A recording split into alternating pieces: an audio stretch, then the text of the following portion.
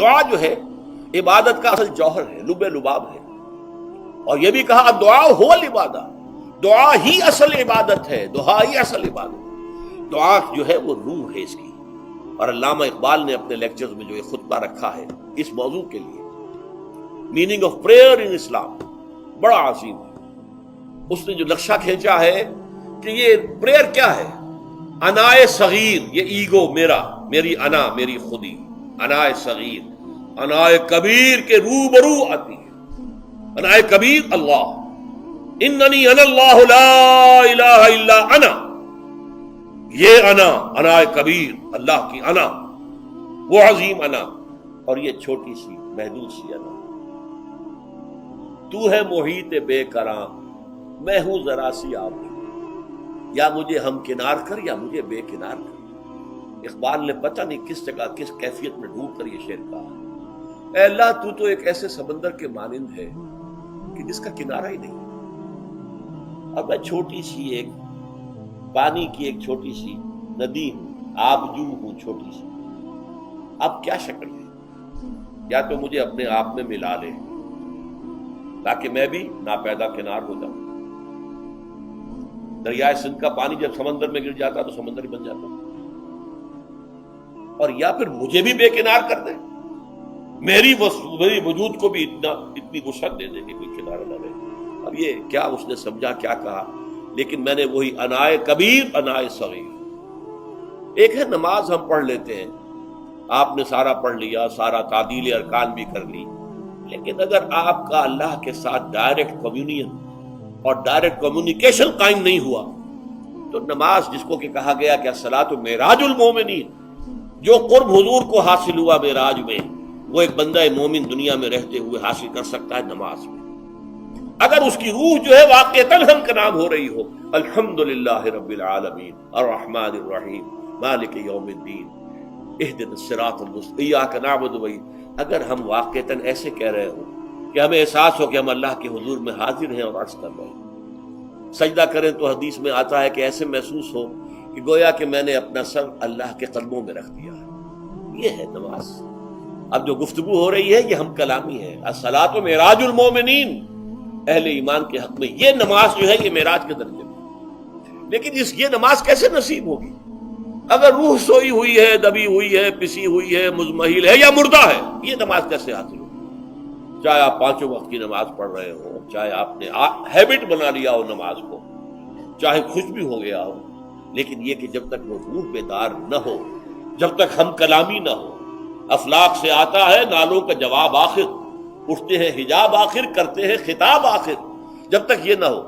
جیسے کہ میں ایک حدیث قدسی انشاءاللہ آج سناؤں گا سورہ فاتحہ کے ضمن میں، کہ اللہ تعالیٰ کے سامنے جب کھڑا ہو کر انسان جب کہتا ہے انی وجہت وجہی للذی فطر السماوات والارض حنیفا، دائیں بائیں سے بالکل اپنا تعلق کاٹ کر میں نے اپنا رخ کر لیا ہے اس اللہ کی طرف جس نے آسمانوں اور زمین کو پیدا کیا۔ اب یہ توجہ وجہ تو اگر یہ تو ہے چہرہ تو ہم نے کر دیا خانہ کعبہ کی طرف، اندر سے ہماری روح متوجہ نہیں ہوئی، وہ سوئی پڑی ہوئی، اسے پتہ ہی کچھ نہیں کہ کیا ہو رہا ہے، تو اس صورت میں وہ کیا ہے؟ ظاہری بات تو پوری ہو گئی، نماز کا ثواب ہو جائے گا، فرض کی ادائیگی کا ثواب مل جائے گا، لیکن وہ اصل نماز تو حاصل نہیں ہوتی۔ یہ ہے وہ بات کہ وَإِذَا سَأَلَكَ عِبَادِي عَنِّي فَإِنِّي قَرِيبٌ، اے نبی جب میرے بندوں کی روحیں بیدار ہو جائیں، توانا ہو جائیں، حیات تازہ سے وہ ہم کنار ہو جائیں، اور پھر وہ میرے بارے میں پوچھیں، وہ میرا تقرب حاصل کرنا چاہتے ہیں، تو آپ سے پوچھیں تو کہیے میں قریب ہی ہوں، اجیب دعوت الداع اذا دعان، یہ ہے وہ دعا، میں ہر پکارنے والے کی پکار، ہر دعا کرنے والے کی دعا کو سنتا ہوں، قبول کرتا ہوں، جواب دیتا ہوں جہاں کہیں بھی مجھے پکارے، اذا دعان۔ اس میں در حقیقت وہ مفہوم آ گیا ہے there and then wherever، آپ اپنے گھر میں ہو کر پکاریں اللہ کو، آپ بستر پر لیٹے ہوئے پکاریں اللہ کو، الذین یذکرون اللہ قیاما وقعودا وعلی جنوبہم، ہاں ٹھیک ہے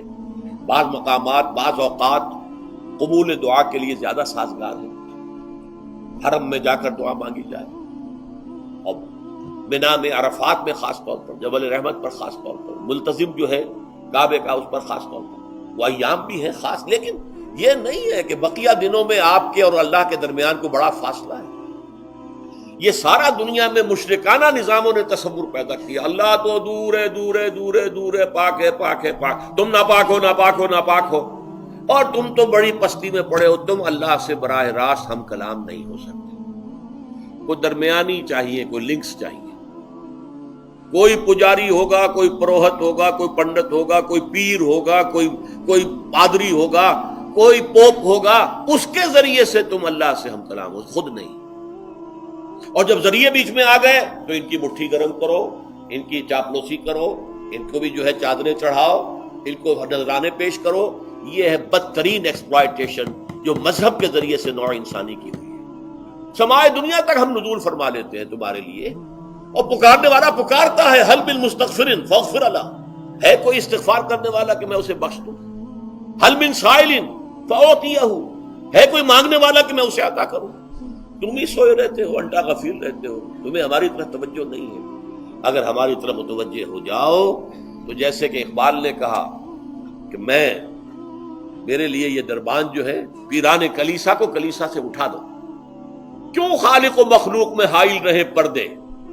کہ اللہ کہتا ہے مجھ سے ہم کلام ہونے کے لیے کسی واسطے کی، کسی وسیلے کی کوئی حاجت نہیں، جب چاہو مجھ سے ہم کلام ہو جائے۔ ہاں ایک شرط ہے، فَلْيَسْتَجِيبُوا لِي، چاہیے کہ وہ میری بات بھی قبول کریں، میرے احکام کو تسلیم کریں، میرے فرامین کان سے کھول کر سنیں، ان پر دل سے عمل کریں۔ فَلْيَسْتَجِيبُوا لِي، یہ ون وے ٹریفک نہیں ہوگا کہ ہم تمہاری دعائیں قبول کریں اور تم ہماری باتوں سے پہلو تو ہی کرو، سنی انسنی کر دو، یہ نہیں ہوگا۔ یہ ایک ٹو وے تعلق ہے، جسے آج کل کہا جاتا ہے بائی لیٹرل تعلق ہے۔ بائی لیٹرل تعلق ہے اللہ اور بندے کے درمیان۔ بندہ توبہ کرتا ہے معاصی سے، اللہ تعالیٰ بھی اس کے لیے بھی لفظ تواب ہے، وہ بھی اپنی رحمت کے ساتھ دوبارہ متوجہ ہو جاتا ہے۔ تم اللہ کو یاد کرو، فاذکرونی اذکرکم، مجھے یاد رکھو میں تمہیں یاد رکھوں۔ ان تنصروا اللہ ینصرکم، اگر تم اللہ کی مدد کرو گے اللہ تمہاری مدد کرے گا۔ یہ ہے دو طرفہ معاملہ۔ اسی طریقے سے تم چاہتے ہو کہ میں تمہاری دعائیں قبول کروں، مجیب دعوت الداعی اذا دعان، میں ہر پکارنے والے کی پکار کو سنتا ہوں، جب اور جہاں، ویئر اینڈ وین وہ مجھے پکارے،